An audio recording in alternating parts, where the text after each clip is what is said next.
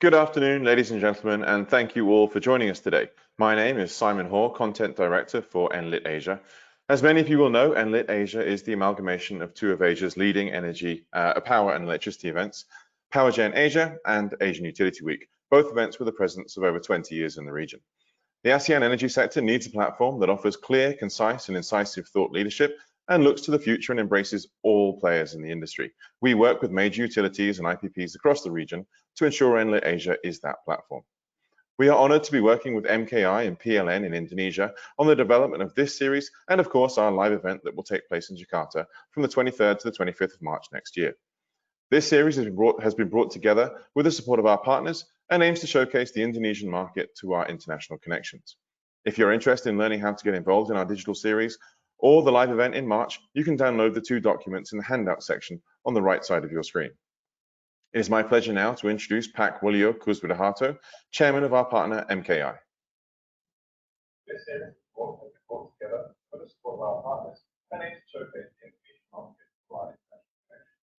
If you're interested in learning how to get involved, Good afternoon, everyone. I'm Wiluyo Kuswidaharto, Chairman of MKI. Welcome to MKI Enlit Asia Serial webinar.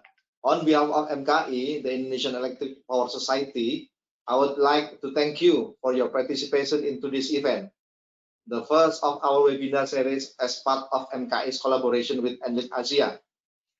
We present the serial webinar as the beginning of the MKI program for the implementation of the Indonesia National Electricity Day on 27 October 2020. We received an overwhelming response for today's event. So far, more than 1,000 participants have registered. For those who are still coming, welcome abroad. Today's participants are ranging from Asia Pacific, Australia, Europe, and many also from Indonesia. As you will have seen, this is a 7-part series that will run until the beginning of October. The series will cover topics related to the new strategy in driving the electric power business in Indonesia that is expected to improve the entire value chain from upstream to downstream.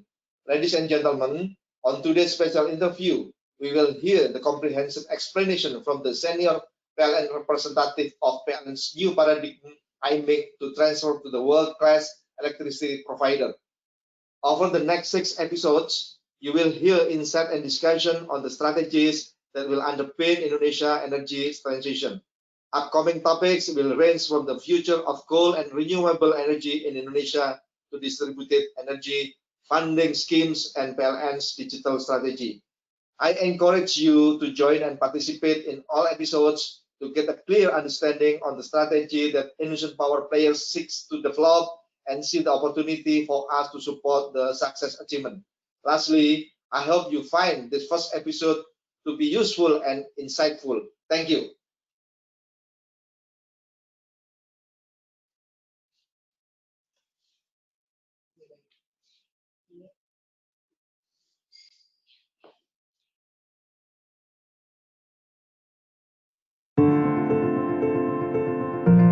Alam Indonesia memiliki sumber daya yang berlimpah.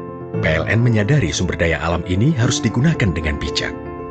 Disinilah energi alam kami ubah menjadi energi yang bermanfaat bagi kita semua.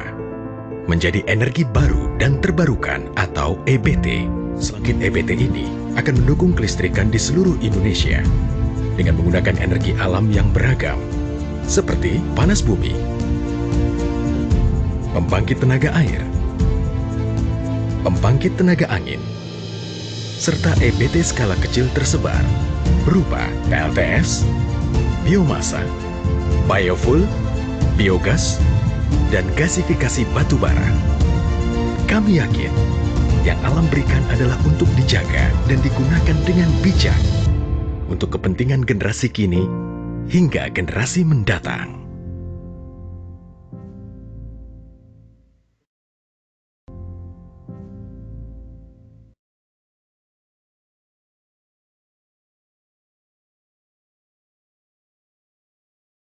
Hello and welcome to Indonesia's New Energy Paradigms digital series brought to you by Enlit Asia and our partner MKI. This series is sponsored by PLN and this episode is brought to you in collaboration with Power Engineering International. My name's Kelvin Ross and I am the Editor-in-Chief of Power Engineering International. This is the first in a 7-part series featuring exclusive interviews with senior PLN representatives. Each interview will be followed by an in-depth panel discussion. You can find out more about the next 6 episodes, how to get involved with them, plus details of the wider series, and of course the live event that runs from the 23rd to the 25th of March 2021 in Jakarta, all on the Enlit Asia website. While Pax or Kifli will not be taking live questions today, you can submit any questions you might have during the course of our interview into the Ask question box, which you should see on the right-hand side of your screen. PLN will collate the questions and respond to as many of them as possible. You'll receive the responses by email in the next few days. Now, it gives me great pleasure to introduce my interviewee for the day, Pax Zulkifli. Thank you very much for joining me today. Thank you also. So, first of all, PLN is Indonesia's state-owned electricity company, serving a huge population, 75 million customers. What's your vision as head of one of the largest electrical utilities in the world? Indonesia has 250 million people. Practically for more than 75 years, PLN has faced various challenges to electrify the nation, and its future requires electricity. There is no future without it. Part of my vision is that I would like to improve the customer's experience with our services. So we have to improve the reliability of our supply. It's also my belief that no company is able to fulfill its mandate without a strong financial performance. So PLN needs a very good, very healthy, and sustainable financial condition. This means that we need to improve our financial condition in order to better serve our customer and support our mandate. We are also going to redouble our effort to meet the government target of 23% of renewables by 2025. Right now, the percentage is around 14%. You've been president for 6 months. That's been quite a turbulent 6 months for the wider world, and I'm wondering how those 6 months have been for you, what the situation has been like, and how it will be going forward for you. During my first 6 months in PLN, I have been working with many brilliant, dedicated, and highly motivated fellow PLNers. Our colleagues in PLN to this day work unyieldingly and full of pride to electrify our country, and it's established PLN culture as it is now. It's our strong. Nowadays, the challenge become more complex, riskier, and dynamic. In the future, electricity will increase to be used in everyday life. Customer will also demand better services. Environmentally friendly energy will become the main energy in the future as the price is getting competitive. To answer this challenge, we vision PLN goes beyond generation. We create the PLN transformation program. We will do our business efficiently with various steps, such as digitalization from generation to distribution and enhancing our customer experience. PLN is the only company in Indonesia that have more than 75 million customers, and they all deserve our fine service. In the future, we will strengthening the electricity sector and developing the non-electricity business as well. But it still exists within the scope of our assets and resources with the intention to reduce government subsidy on electricity. With PLN transformation, what we have to do is strengthening PLN Group as a whole. There are several new business that we are developing. Some have started, for example, the public electricity vehicle charging station. It is similar to gas station, but for electric cars. We have also prepared several other business plans.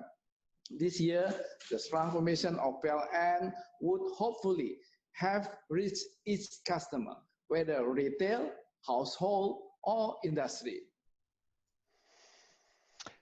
That's really interesting. You've talked a lot there about the transformation and how the customer will be at the heart of that transformation. I'm wondering, what innovations have you put in place and do you plan to put in place to increase customer satisfaction?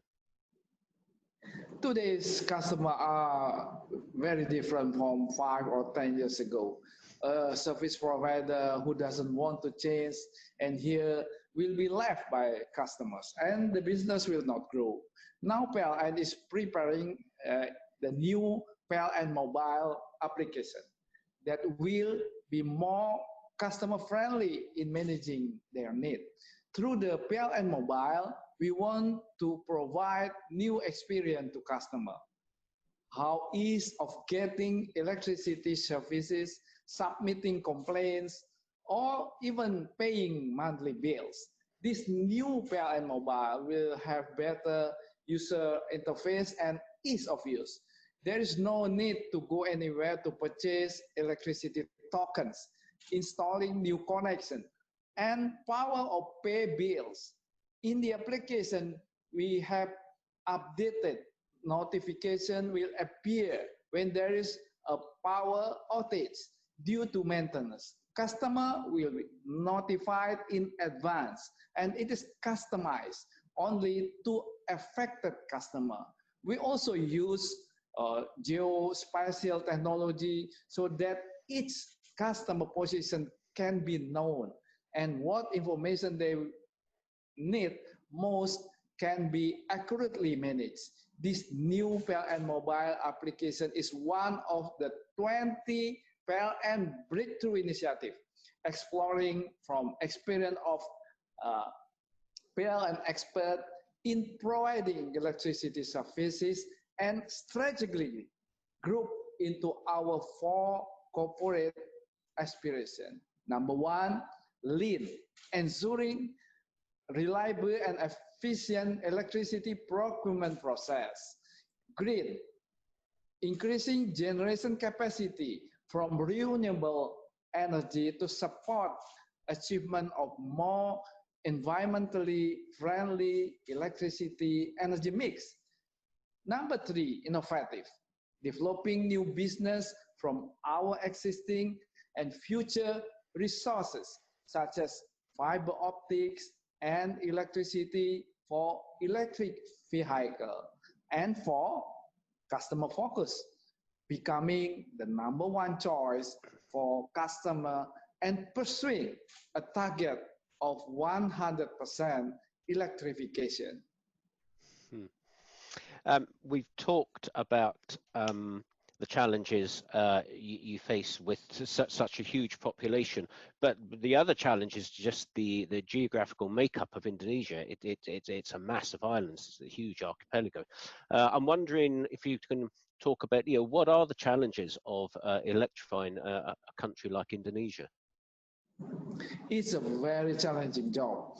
We have to operate in thousands of small islands and remote areas, as well as the 5 large ones. In a distance which is equivalent if we stretch Indonesia from London to Moscow in some parts, such as eastern Indonesia, the infrastructure is not so good. So it is not easy to reach.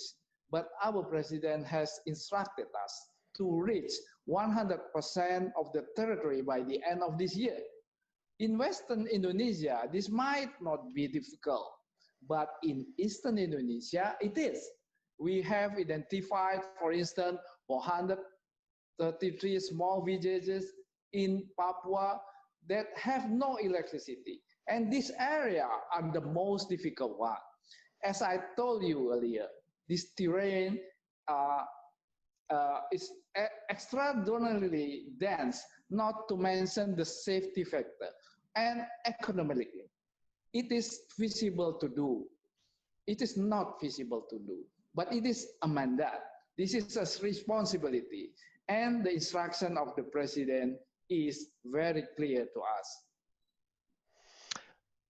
And so with all those things in mind, how do you overcome all of those challenges? As I mentioned before, the difficult terrain become our most challenge. Therefore, we came out of the conventional way by using technology called the pattern recognition, and another one is spatial optimization. With these two technology, we made a pattern based on tabular data. After the village coordinates are obtained spatially, what will we do? We are going to take a deeper picture of population distribution because the electricity provided were different. The closest point to the generator is not connected to PLN grid. So we have created a breakthrough by using electric tubes called TALIS. TALIS is something like a power bank which can be repacked portably, easy to carry, and rechargeable. By knowing the distribution and the population, we can determine the point to build an electricity station in each distribution cluster so that citizens do not have to walk too far. We also use the pattern recognition to determine the availability of energy resource in the nearest village. If it is renewables, it can be solar, hydro, or biomass, depend on each village. If we don't determine the right generator, it will be useless or be inefficient. Well, after all the data collected has been done spatially, the coordinates are obtained, the population is known, the distribution is mapped, and the energy source to be used could be determined. This program is technically feasible, but this is the harder part. It can't be done by PLN alone. We need the support by customer and citizen. You've talked a lot about your own ambitions and the mandate of the president. So I wonder, with all those things in mind, how is the progress of electricity infrastructure development in Indonesia at the moment? In recent years, PLN mandates by government through Presidency Regulation number 4 of 2016 to accelerating the electricity infrastructure development. Compared to 5 years ago, our generation capacity in 2020 increased by 40%. By the end of the first quarter of 2020, we have an additional installed capacity of almost 500 megawatt from 62,234 megawatt by the end of 2019 to 62,726 megawatt. We also continue to build transmission and distribution grid as integral part of our business. Our transmission grid has increased by 259 kilometer circuit from 59,817 kilometer circuit in 2019 to more than 6,076 kilometer circuit. The capacity of substation has also increased by 1,660 megavolt ampere. So it's a huge capacity of our substation, in total to be 150,331 megawatt ampere. The most positive impact that have been left over the past years are the increasing number of people who can enjoy electricity and increasing quality of services. Compared to the first quarter of 2019, in the first quarter of 2020, the additional number of citizens who were able to enjoy electricity connection reached 3.75 million. That number is more than half of the population of Singapore, and we did it in 1 year. The total customer in the first quarter of 2020 become 76.52 million customer, and our electricity ratio has been increased to 98.93%.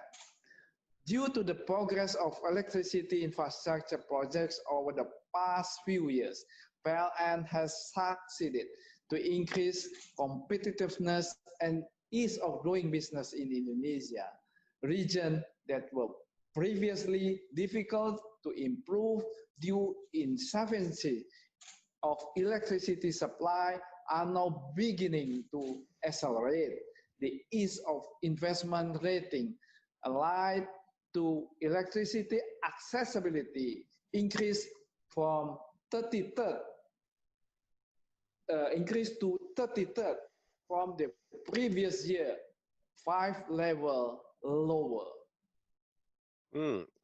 That's very impressive statistics there you've given us. I've jotted a few down. You've been in your role for 6 months. In those 6 months, the world has faced a global pandemic outbreak, which has had an impact on every economy. Indonesia has been one of them. I'm wondering what have been PLN's steps in dealing with the COVID-19 pandemic? When the government strived to the economic recovery due to the pandemic, PLN as a corporation had prepared sufficient electricity supply to support the government effort. We try our best to make sure that our customer get an uninterruptible electricity supply during pandemic period.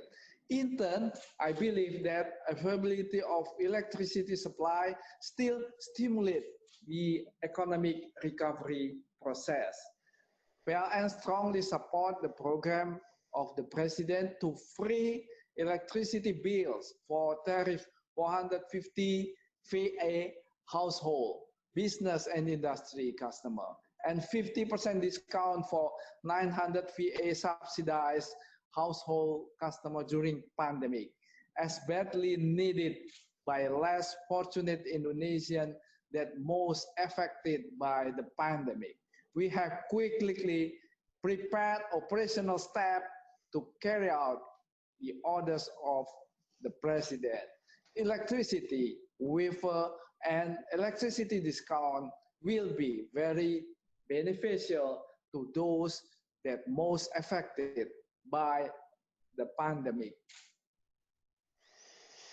That's fascinating. I'm afraid we have run out of time, but I think everyone watching would agree that you've given us a fantastic overview of the challenges and the opportunities of what it's like to be in charge of one of the biggest electricity utilities in the world. So I'd like to thank you very much, Pak Zulkifli, for your time joining me today.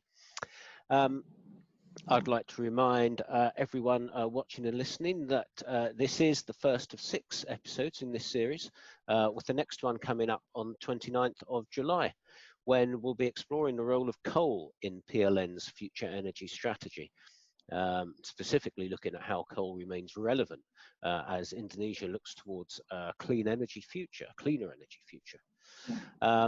Don't forget, you can find out more about this series and indeed the live Enlit Asia event taking place in March on the Enlit Asia website. And with that, I'd like to thank Pak Zulkifli once again, and all of you for joining us today. We look forward to seeing you soon. Thank you very much. Yeah, thank you so very much also for the opportunity to speak here. You're very welcome. Thank you. You're welcome.